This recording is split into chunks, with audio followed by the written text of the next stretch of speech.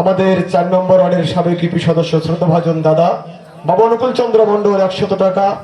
আমাদের 6 নম্বর ওয়ার্ডের সাবেক ইপি সদস্য শ্রদ্ধাভাজন দাদা বাবু বিমল মণ্ডল 100 টাকা। আমি নিজেই 100 টাকা আমি দেবদার হাতে মোট 500 টাকা আমি তুলে দিলাম আশীর্বাদ স্বরূপ। সকলে একটু করতালি দিয়ে অভিনন্দন জানাই। শুধু নাট্যমন্ডী দর্শক শ্রোতা ভাই বোনেরা, আমি একটা দলে গান গাচ্ছি বছর কপোতাক্ষ অপেরা। তার সত্ত্বেও মনোজ বাবুর অনুরোধে দলের গান চলছে, তবু দল মালিককে অনুরোধ করে বলে মনোজ বাবুর অনুরোধে আমি এখানে আসছি। মনোজ বাবুকে দেখেছি সবসময় আনন্দ প্রিয় লোক। 14 নম্বর 9 ডুমুরিয়ার এক প্রান্ত থেকে অপার প্রান্তে তিনি দুর্বার গর্ধে ছুটে যান ঘাত প্রতিঘাতের মধ্য দিয়ে। তা আপনারা ওনার জন্য আশীর্বাদ করবেন, উনি যেন সুস্থ শান্তিতে সুখী শান্তিতে এমনি ভাবে চলতে পারে। আর একটি কথা না বললে নয়, আপনাদের মাঝে আমি এসেছি আনন্দ দেওয়ার জন্য। যতদূর পারি চেষ্টা করব।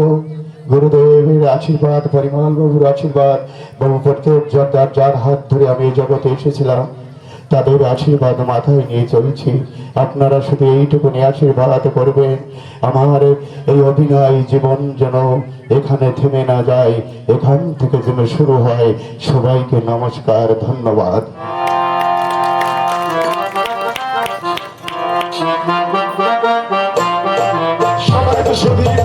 সেই সাথে সাথে আমি আগামী রজনীর বার্তাটা আপনাদের মাঝে জানিয়ে দিতে চাই।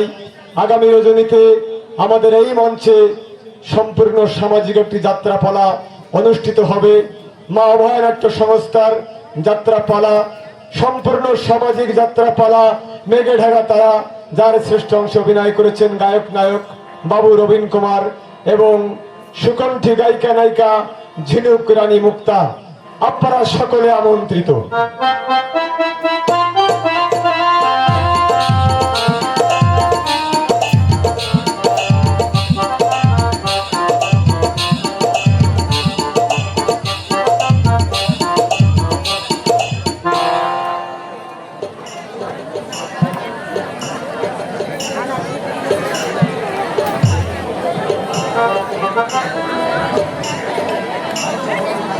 কাঁদছে, হতভাগে কাঁদছে।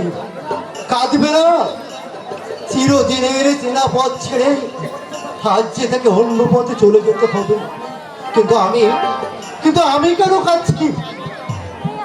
দুর্বমা তো আমাকে ঋণ মুক্ত করেছে, আর কেউ তো আমাকে দেনার দেয়। কিন্তু আমার আবার দুঃখ কিসের? আজ তো আমার আনন্দের দিন, পরম আনন্দের দিন। বাবু,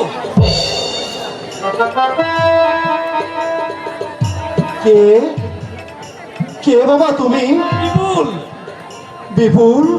হ্যাঁ, আমি আপনার কাছে একটা আবেদন নিয়ে এসেছি কাকাবাবু। আবেদন?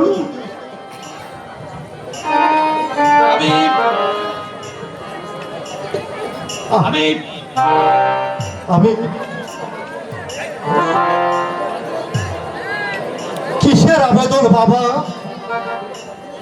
আমি দুর্বল, সমস্ত ভার দিয়ে আপনাকে ভার মুক্ত করতে চাই। বিপুল, এ তুমি কি বলছো বিপুল?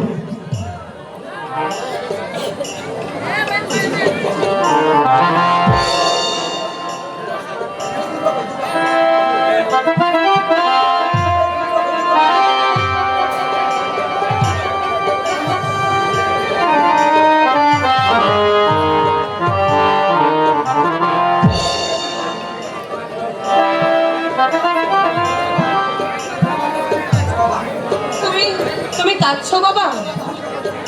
বুকের ব্যথা হালকা করার জন্য। তুমি কেঁদো না বাবা।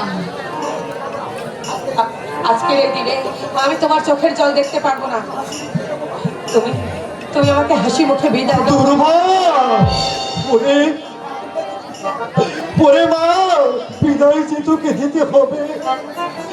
মেয়ে হয়ে জন্মেছিস, স্বামীর ঘরে যে তোকে যেতেই হবে। কি বাবা?